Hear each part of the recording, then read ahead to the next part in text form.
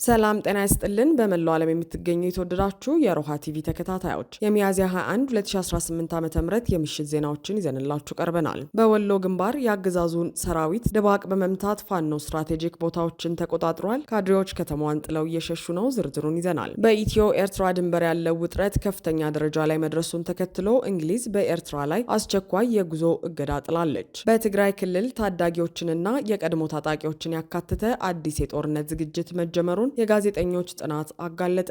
የቴዲ አፍሮ ቃል አቀባይ ማህሌት ሰለሞን ፍርድ ቤት ቀርባለች። ፖሊስ አላሰርኩም ብሎ የሰጠው ማስተባበያ ሐሰት ሆኖ ተገኝቷል። ሰሙታላችሁ። በኢትዮጵያውያን ላይ የሚፈጸመው የጅምላ ሞት ቅጣት ዓለም አቀፉ ግዘት አስከትሏል። ተጨማሪ መረጃውን ይዘናል። አድማጭ ተመልካቾቻችን አብራችሁ ልትቆዩ ከፈቀዳችሁ እነዚህ መረጃዎች በዝርዝር የምናሰማችሁ ይሆናል። የሮሃ ቲቪ ወቅታዊና ሀቀኛ መረጃዎች እንዲደርሷችሁ ቻናሉን ሰብስክራይብ፣ ላይክ እና ሼር በማድረግ አሁኑኑ ቤተሰብ ይሁኑ።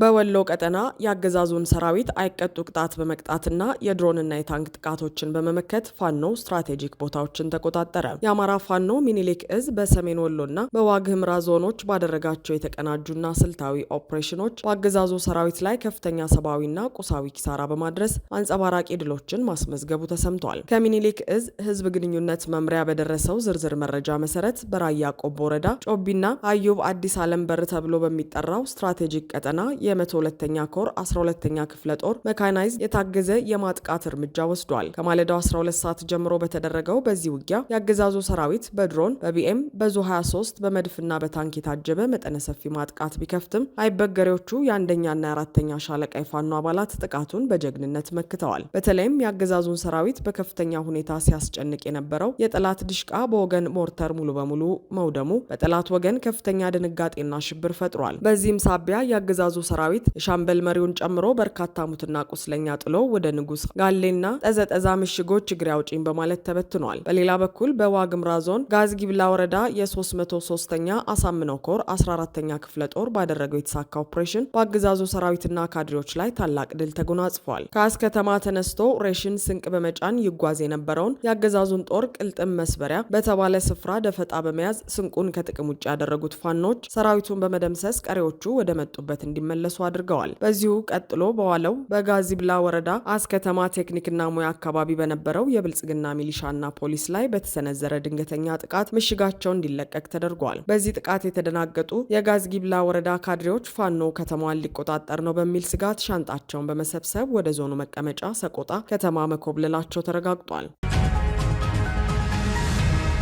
የእንግሊዝ መንግስት በኤርትራ ላይ አስቸኳይ የጉዞ ማስጠንቀቂያ በማውጣት ዜጎቹ ከድንበር አካባቢዎች እንዲርቁ አሳሰበ። በብልጽግናና በኤርትራ መካከል የተጋረጠው የጦርነት ደመና ከቀጠናዊ ስጋትነት አልፎ ታላላቅ የዓለም መንግስታትን እያሳሰበ መጥቷል። የእንግሊዝ መንግስት የውጭ ጉዳይ መስሪያ ቤት ባወጣው መግለጫ በሁለቱ ሀገራት መካከል ያለው ወታደራዊና ዲፕሎማሲያዊ ውጥረት ከፍተኛ ደረጃ ላይ መድረሱን ይፋ አድርጓል። በመሆኑም ዜጎቹ ወደ ኤርትራ ከማቅናት እንዲቆጠቡና በሀገሪቱ የሚገኙ እንግሊዛውያን የከፋ ችግር ሳይፈጠር አስቀድመው እንዲወጡ አሳስበዋል። የእንግሊዝ ውጭ ጉዳይ ሚኒስትር ባወጣው በዚህ መመሪያ ዜጎቹ በሁሉም የኤርትራ የየብስ ድንበሮች በ25 ኪሎ ሜትር ርቀት ውስጥ ፈጽሞ እንዳይገኙ ጥብቅና የመጨረሻ ማስጠንቀቂያ ሰጥቷል። መስሪያ ቤቱ አጽንኦት ሰጥቶ እንደገለጸው በአሁኑ ወቅት በብልጽግና አገዛዝና በኤርትራ መካከል ያለው መቃቃር ወደ ግልጽ ወታደራዊ ግጭት የመሸጋገር እድሉ ሰፊ መሆኑን ጠቁሟል። ግጭት ከተከሰተ ደግሞ በኤርትራ ውስጥ ያለው ሁኔታ በፍጥነትና ባልተጠበቀ መልኩ እንደሚለዋወጥ፣ በዚህም ምክንያት ወደ ሀገር ውስጥ መግባትም ሆነ መውጣት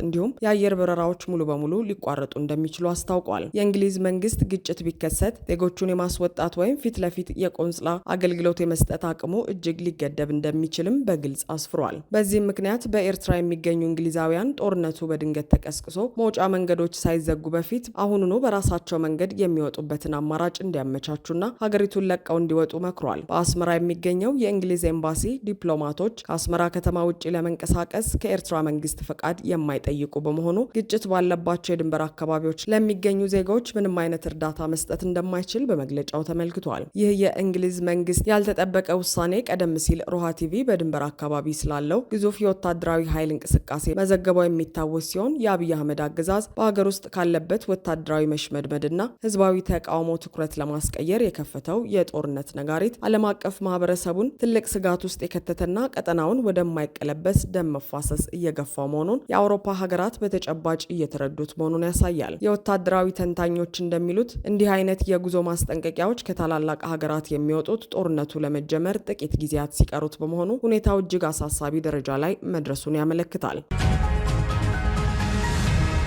በትግራይ ክልል የተለያዩ ዞኖች ህዝቡን ለከፍተኛ ስጋት የዳረገ አዲስ ወታደራዊ ምልመላና የሀብት ማሰባሰብ ዘመቻ መጀመሩን የሚያረጋግጥ ዝርዝር ጥናት ይፋ ሆነ። ኢንዴፕዝ ኒውስ የተሰኘው ድረገጽ አከናወንኩት ባለው የመስክ ጥናት በመነሳት ባወጣው ዘገባ ክልሉ ወደ ሌላ የጦርነት አዙሪት እየገባ መሆኑን አመልክቷል። ጋዜጠኞቹ ከማርች 9 እስከ ኤፕሪል 19 ቀን 2026 ዓ.ም ባደረጉት ጥናት እንደገለጹት በማዕከላዊ፣ በምስራቅ፣ በደቡብና በሰሜን ምዕራብ ትግራይ ዞኖች መጠነ ሰፊ የምልመላ እንቅስቃሴ እየተካሄደ ይገኛል። በተለይም በአድዋ፣ አክሱም፣ ዕዳጋ አርብና ሽሬና ሐውዜን አካባቢዎች የህወሓት ካድሬዎች በየቤቱ በመዞር እድሜያቸው ከ15 ዓመት በላይ የሆኑ ታዳጊዎችን እየመዘገቡ መሆኑ ተረጋግጧል። ለዜና አውታሩ መረጃ የሰጡ በማዕከላዊ ትግራይ የዕዳጋ አርቢ ወረዳ ነዋሪ የሆኑ አንድ አባት ልጆቻችንን ለጦርነት አንልክም ብለው ማህበረሰቡ ቢቃወምም ካድሬዎች ግን ፖሊስና ታጣቂ ኃይል በመጠቀም ልጆቹን እየመዘገቡ መሆኑን ገልጸዋል። እኚሁ አባት ይሰሩኝ እንጂ ከዚህ በኋላ ልጆቼን ለጦርነት አልሰጥም በማለት